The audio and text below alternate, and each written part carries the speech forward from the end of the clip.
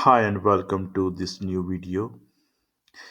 In today's session, I will be sharing all the essential information about the critical path method (CPM). This is a fundamental concept in project management and a crucial element for effectively using Primavera P6. Why are we focusing on CPM before divining into Primavera P6? Primavera P6 is built on the principle of CPM, while the software handles calculations and scheduling automatically. Having a solid understanding of CPM will enable you to use the tool like a professional. It's not just about clicking buttons. It's about understanding the logic behind the schedule, interpreting the results, and making informed decision. So, before we jump into the practical application of CPM in Primavera P6, let's first ensure we have a clear understanding of what CPM is and how it works and why it's so important in project management. By the end of this video, you will feel confident and ready to implement CPM concept in Primavera P6. So, let's get started. First, we will take an overview of what is CPM in project management. So the CPM is a project management technique. It's a project management methodology. So let me share something more about the project management methodologies like agile methodology, like waterfall project management methodology. Waterfall project management methodology is the traditional methodology. Then agile methodology under it's a framework. So under agile we use Kanban, we use Scrum, so we use lean methodology, and there are other methodologies as well, like a Prince 2, Six Sigma, a CPM, PERT. So these are all the methodologies of project, but this is the CPM, and it's also project management methodology. So you can read the critical path method is a project management technique that's used by project managers to create an accurate project schedule. So CPM methods, also known as critical path analysis, consist in using CPM formula and network diagram to visually represent the task sequences of a project. Once these task sequences are or the paths are defined, their duration is calculated to identify the critical path. So, what is critical path in project management? So, in project management, the critical path is the longest path. Okay, so using CPM, using critical path method, we will be able to calculate the total number of days. We will be able to identify the critical path, non-critical path, total float, free float, everything related to the CPM. So first, we are here taking the overview about the critical path in product management. In product management, the critical path is the longest sequence of dependent activities that must be completed on time for the entire project. So, be completed on schedule. So, it represents the shortest possible duration to finish the project and determines the project timeline. So,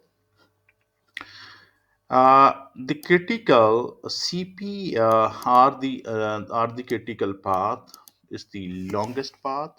If you will delay to the critical path, so your project can delay or will be delayed. And delay in the activities, you can read here. Delay in the activities on the critical path directly affect the project completion date because there is no floats or slack. So float and slack, we have the same meaning. We will have the uh, column with the name of total float and free float in Primavera P6, and we will have the column with the name of slack in MS project, okay, associated with these activities. Here we have the key characteristics of the critical path. You can see number one, we have the zero float. So activities on the critical path typically having zero floor. It's mean we will not have any option to delay any activity, meaning that cannot be delayed without delaying the project in in our entire project. So then second, we have the longest path. The critical path is the longest sequence of tasks from the start to project finish.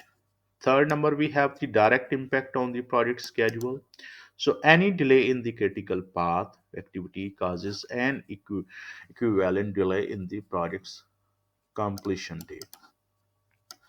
Can change.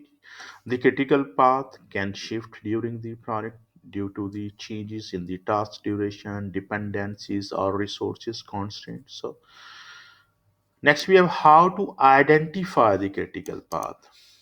List of activities or list activities. Define all tasks required to complete the project. Determine dependencies. Identify which tasks depend on others. Estimate duration. Assign time estimation or estimate to each activity. So we have defined all these activities in Primavera P6. So we have entered the duration for all the tasks for all the activities. So you can see we have complete up to here. Next, create a network diagram. Okay, so map out the sequence of the task and their dependencies. Calculate early and late start, finish dates. Use the critical path method to calculate the earliest and late possible start and finish times for each activity. Identify the longest path. So the longest path through the network diagram is the critical path. So you can see how to calculate or how to identify the critical path. So these are the six. You can see six numbers. First, activities. List down activities. So we have defined already in Primavera P6. Determine dependencies. So estimate the duration. So next, please. Importance of the critical path method. Importance of the critical path. So project scheduling helps the project managers determine the minimum project duration and plan deadline. Resource allocation. Risk management identifies the high risk tasks that could delay the project. Decision making guides the decision making when adjusting project timelines, reallocating resources, or addressing delays. So, understanding the critical path is vital for the effective project planning, tracking progress, and ensuring on time delivery.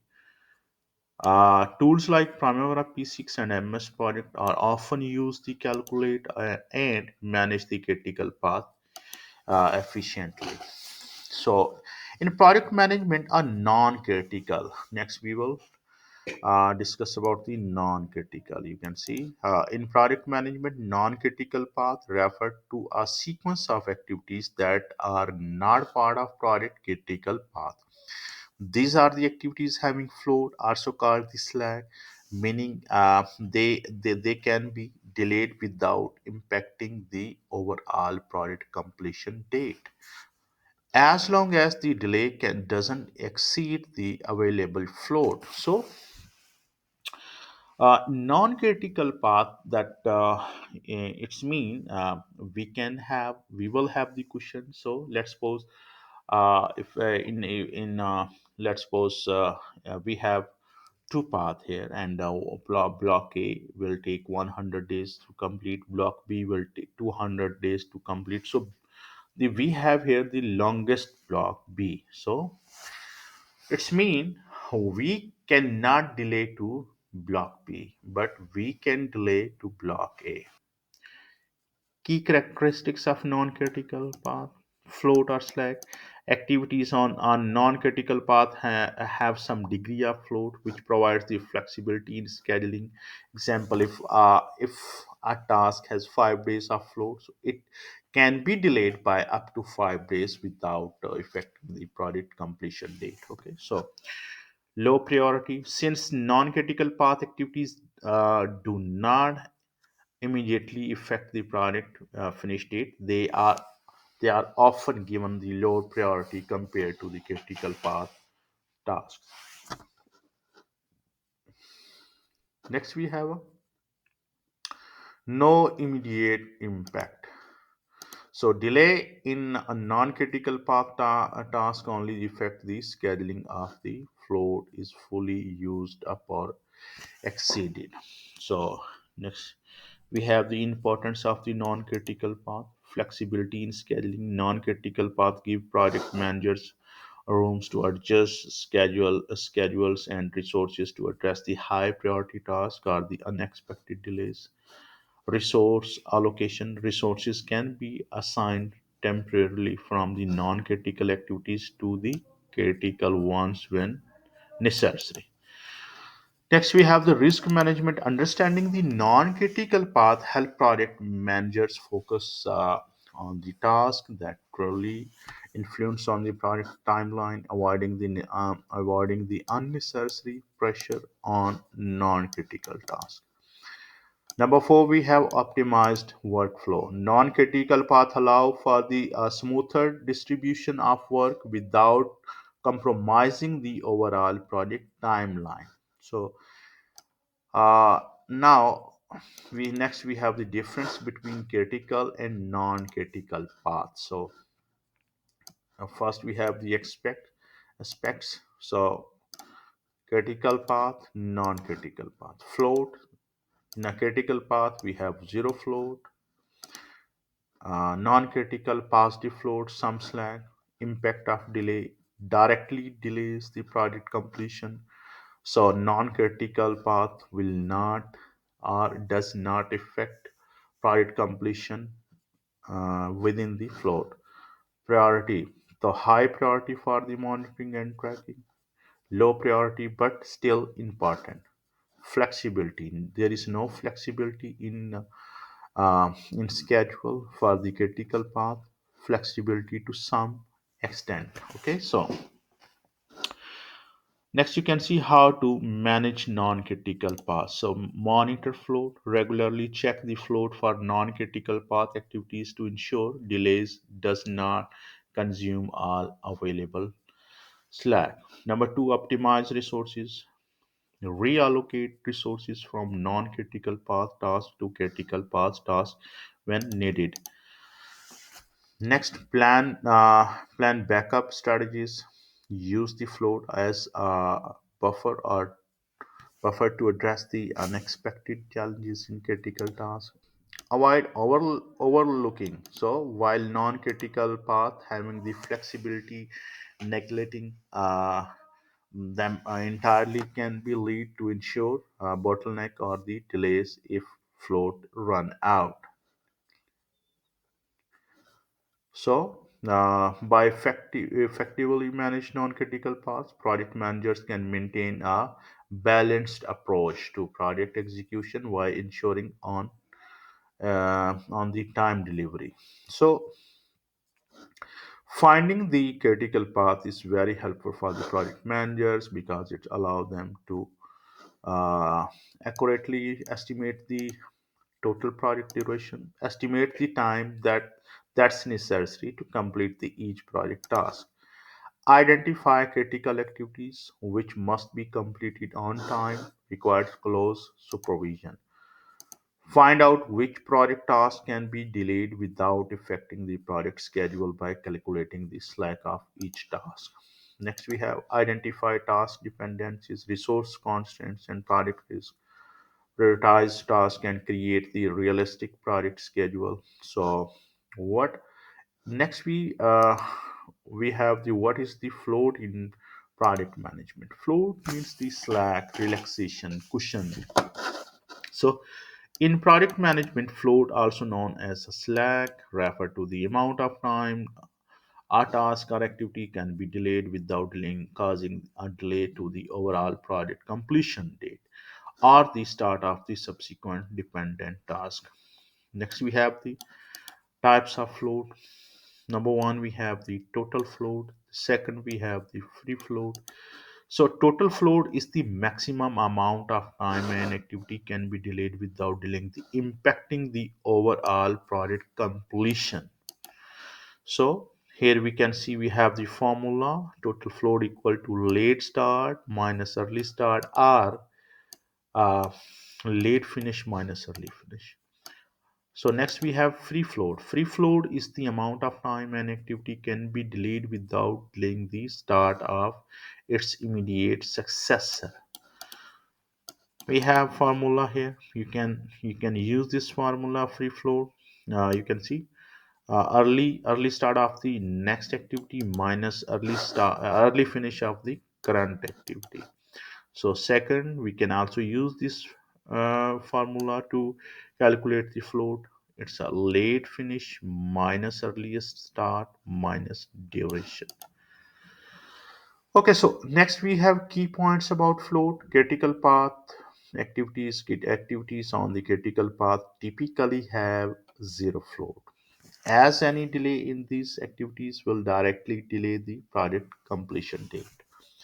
Non-critical path activities not on the critical path usually have some float, giving the flexibility to manage delays or the resource allocation.